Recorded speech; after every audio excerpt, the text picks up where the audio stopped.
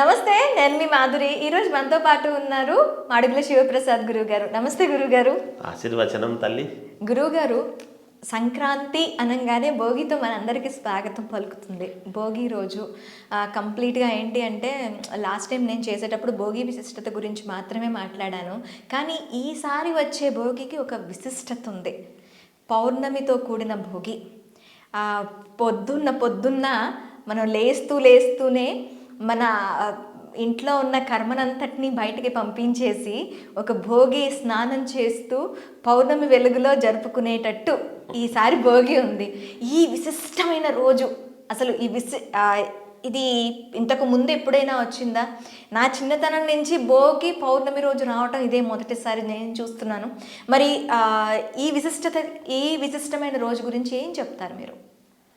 శ్రీ మహాగణాధిపతయ నమః. ఐం మహాసరస్వత్యే నమః. శ్రీ లలితాంబికాదేవియే నమః. కొంతవరకు మీరు చెప్పినారు తల్లి భోగి అని. ఈసారి భోగి, సంక్రాంతి, కనుమ పండుగలు సోమ, మంగళ, బుధవారాలు రావటం. అవును. 13వ తారీఖు సోమవారం కావటం చంద్రుడికి చాలా ఇష్టమైన రోజు. అదే చెప్తున్నానమ్మా. ఓకే. ఎందుకు ఈసారి ఇది మహాద్భుతమైనటువంటిది, మహోన్నతమైనటువంటిది అనేటువంటిది ఒకటి చెబుతూ, ఈసారి ఈ సంక్రాంతి పండుగ మరుసటి రోజు రవి సంక్రమణము అనేటువంటిది జరుగుతూ ఉండి, సంక్రాంతి పండుగ రోజు సూర్యభగవానుడి యొక్క అనుగ్రహముతో ఉత్తరాయణం అనేటువంటిది ప్రారంభము కావటం అనేటువంటిది ఒకటి. మనకు ఉత్తరము నుండి కుబేర స్థానము కాబట్టి సకల సంపదలు మనకు వస్తాయి అని మనము చెప్పుకుంటూ ఉన్నాం. ప్రతి వాళ్లకు కూడా ఇప్పుడు మానసికంగా ఇబ్బందులు పడుతుండేటువంటి వాళ్లకు కానీ, చంద్రుడు మనఃకారకుడు కాబట్టి మాతృకారకుడు కూడా కాబట్టి, నేను జాతకాలలో హారోస్కోప్ చెప్తున్నప్పుడు చాలామందికి చెప్తుంటాను. మాతృకారకుడు, మనఃకారకుడు. మనస్సు చాలా గట్టిగా నిబ్బరముగా పెట్టుకొని ఫలానది కావాలి అని అనుకుని చేసుకునేటువంటి వాళ్లకు, ఎక్కువగా కర్కాటక లగ్న జాతకులకు, ఎందుకంటే కర్కాటక లగ్నానికి అధిపతి చంద్రుడు కాబట్టి, ఈ కర్కాటక లగ్న జాతకుడు లగ్నములో చంద్రుడు ఉండేటువంటి వాళ్లకు కానీ లేదు, చంద్రుడి యొక్క అనుగ్రహం ఎవరెవరి జాతకాల్లో అయితే అనుకూలముగా ఉంటుందో, అందరికీ ఒకే చోట ఉండదు కదా. అందరికీ బ్రహ్మాండంగానే ఉంటుంది, ఉండాలని కోరుకుంటాం. లోకా సమస్త సుఖినో భవంతు అని చెప్తాం. కానీ ఇక్కడ ఎవరికి ముఖ్యంగా అద్భుతముగా ఉండబోతుంది అనేటువంటిది మనం చెప్పుకోవాలి. ఇక్కడ పౌర్ణమి అనేటువంటిది మనకెప్పుడు కూడా చాలా ప్రాధాన్యతతో కూడుకున్నటువంటిది. నిండు చంద్రుడు, పౌర్ణమి అంటే దాని అర్థం అదే కదా, పూర్ణ చంద్రుడు. చంద్రుడు పూర్ణముగా ఉన్నప్పుడు, ఏ అరకొర లేకుండా పూర్ణముగా ఉన్నాడు అంటే మన మనస్సులో కోరికలు కూడా సంపూర్ణముగా కోరుకున్నవి జరుగుతాయి అనేటువంటి భావన. సముద్రము కూడా పౌర్ణమి నాడు ఉప్పొంగుతుంది. అంతటి సముద్రమే ఉప్పొంగుతుంది అంటే పౌర్ణమికి చంద్రుడి యొక్క అనుగ్రహం ఎంత బాగా ఉండాలి, ఎంత చల్లని చూపు చూసేటువంటి వాడు చంద్రుడు అనేటువంటిది మనం గమనించాలి. అందుకని ఎవరెవరి జాతకాల్లో అయితే చంద్రుడు యోగవంతముగా ఉంటాడో, ఫలానా రాశి, కర్కాటక రాశి వాళ్ళకు కావచ్చు, కర్కాటక లగ్న జాతకులకు కావచ్చు, ఇలా కొంతమందికి ఇంకా ఎవరెవరి జాతకాల్లో బాగా ఉంటాడో వాళ్ళందరికీ కూడా మేలు జరగబోతుంది అనడానికి ఒక ప్రామాణికం ఏమిటి అంటే, ఇది మనము భోగి పండుగ అనేటువంటిది మనకు చివరి పండుగ ఈ సంవత్సరంలో. ఇక్కడికి మొదటిది అంటే సంధికాలము జరుగుతూ ఉన్నది. ఇక్కడ చంద్రుడు చల్లని చూపుతో నిండు చంద్రుడు ఉండడము, రేపు ఉదయాన్నే తెల్లవారుతూనే రవి సంక్రమణము జరిగి సూర్యుడి యొక్క అనుగ్రహం రావటము. మనకు కాలానికి కావాల్సినటువంటివి రెండు సూర్య చంద్రులే. రాత్రికి చంద్రుడు, పగటికి అధిపతి సూర్యుడు. సూర్యుడు ఎలా వచ్చిందో, పైగా సోమవారము చంద్రుడు అంటే పరమేశ్వరుడికి పరమ ప్రీతికరమైనటువంటి రోజు సోమవారం. ఈ మనం మామూలుగా ఇప్పుడు గనక ఈ పౌర్ణమి నాడు గనక సాయంత్రము పూట గనక పరమేశ్వరుడికి ఎవరైతే అభిషేకము చేసుకుంటారో, ఉమ్.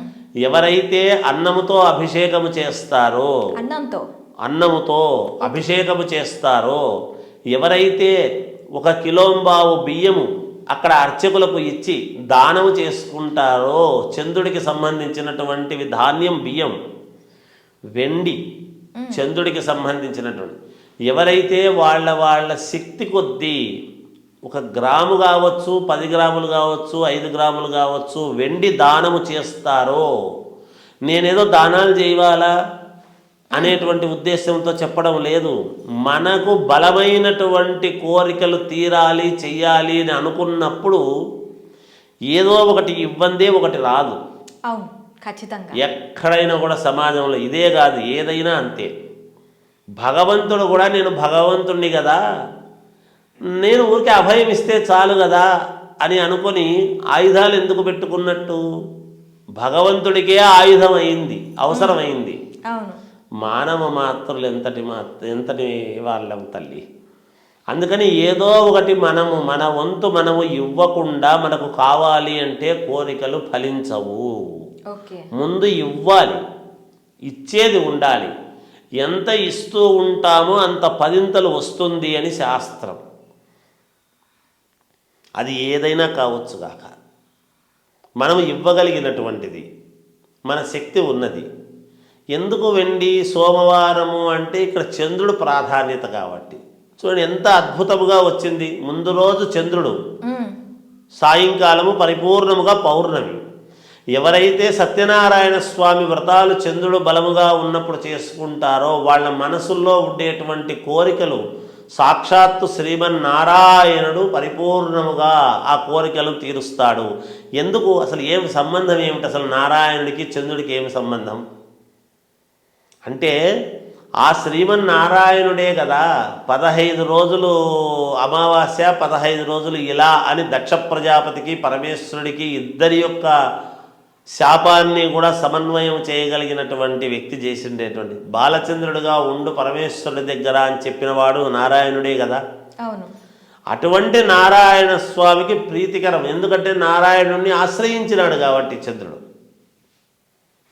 సృష్టి స్థితి లయకారకులలో ముఖ్యుడు కాబట్టి. ఎవరైతే సత్యనారాయణ స్వామి వ్రతము చేసుకుంటారో, సత్యము అనేటువంటి పేరు ఉంది కాబట్టి మీకు ఖచ్చితముగా న్యాయం జరుగుతుంది. మీ కోరికలలో సత్యం ఉండాలి, యథార్థం ఉండాలి. సత్యనారాయణ స్వామి వ్రతం చేస్తూ పక్కింటోని డబ్బు నాకు రావాలనో, ఇంకోటి కావాలనో కోరుకుంటే కాదు. తండ్రి నన్ను చల్లగా చూడు అని కోరుకునేటువంటి కోరికలు నెరవేరుతాయి. అంటే కోరికలలో సత్యం ఉండాలి. సత్యనారాయణ స్వామి వ్రతము చేసుకోవడంలో ఆంతర్యము మన కోరికలు సత్యమైనటువంటివై ఉండాలి. అవి అవి యథార్థమైనటువంటివై ఉండాలి. అంటే అందరూ అలా కోరుకుంటున్నారని నేను అనడం లేదు. కోరికలలో సత్యమైనది ఉండాలి అని చెప్తున్నాను. చూసినప్పుడు ఇలా వెండి దానము కానీ, ఇలా బియ్యము దానము కానీ సాయంకాలం చేసుకుంటారో, అన్నముతో అభిషేకము పరమేశ్వరుడికి చేస్తారో వాళ్ళ జన్మ ధన్యం ధన్యం ధన్యం. ఎటువంటి ఇబ్బందులు లేకుండా ఖచ్చితముగా మార్పు వస్తుందమ్మా. పడుతూ ఉండేటువంటి కష్టాలు, ఇన్ని కష్టాలు పడుతున్నాం కదా మనము. దీనికి మూలం ఏమిటంటే మనం చేసుకొని తింటున్నాం అన్నం. అదే అన్నముతో పరమేశ్వరుడికి ఎప్పుడైతే అభిషేకం చేస్తారో, ఈశ్వరుడికి అన్నాభిషేకానికి మించినటువంటి అభిషేకము లేనే లేదుగాక లేదు. నేను చెప్తున్నాను. ఖచ్చితముగా అన్నముతో ఎప్పుడైతే నిండుకుండా అన్నముతో గనక మంత్రోచ్చారణతో రుద్రము, చమకము, నమక రుద్రాలు చెప్తూ చేసుకుంటున్నాము, పిలిచి అయ్యగారులను పిలిచి చేసుకోవడం, లేదా వీళ్ళే గుడికి వెళ్ళి చేయించుకోవటమా, ఒక ఆచార్యుడిని పెట్టుకొని చేసుకోవటమా ఎప్పుడైతే చేస్తారో ఖచ్చితంగా మన కోరికలు ఎంత ఇబ్బందికరమైనటువంటి కోరికలైనా నెరవేరుతాయి గాక. శివుడి ఆజ్ఞ లేనిదే చీమైనా కుట్టదు, పరమేశ్వరుడు సంతోషిస్తాడు గాక. అలా చేసినటువంటిది నలుగురికి పంచడము ప్రసాదముగా. అలా చేసుకోవాలి. బియ్యము దానము చేయాలి, లేదా వెండి దానము చేయాలి. ఇలాంటివి చేసుకుంటే పరమ సంతోషముగా వాళ్ళ జీవితము అభ్యున్నత పదములోకి తప్పకుండా నడిచి తీరుతాయి. ఎన్ని కష్టాలు ఉండినా, ఎన్ని అప్పులు ఉండినా వాళ్ళే తీర్చుకోగలుగుతారు. సూర్యచంద్రుల యొక్క అనుగ్రహము బాగుంటే మనకు ఆరోగ్యము, మనస్సు, ప్రశాంతత, ఎంత సంతోషము. ఇంట్లో వృద్ధి, ఆయుర్వృద్ధి, యశోవృద్ధి, ధనవృద్ధి, ధాన్యవృద్ధి, ఐశ్వర్యవృద్ధి అన్నీ కలుగుతాయి గాక. ఇది రెమెడీ. ఇది కనుక పాటిస్తే చాలా యోగదాయకంగా ఉంటుంది అని ఈ యొక్క భోగి పండుగ మనకు బాగా కలిసి వచ్చింది. పిల్లలకు భోగి పళ్ళు పోయడం ఒకటే కాదు, సాయంకాలము చంద్రుడు పౌర్ణమి, నిండు పౌర్ణమి, దీన్ని అందరూ కూడా యావత్ ప్రజానీకం అందరూ కూడా సద్వినియోగం చేసుకుంటే మేలు అనేటువంటిది తెలియజేస్తూ ఉన్నాను. ధన్యవాదాలు గురుగారు. జయోస్తు.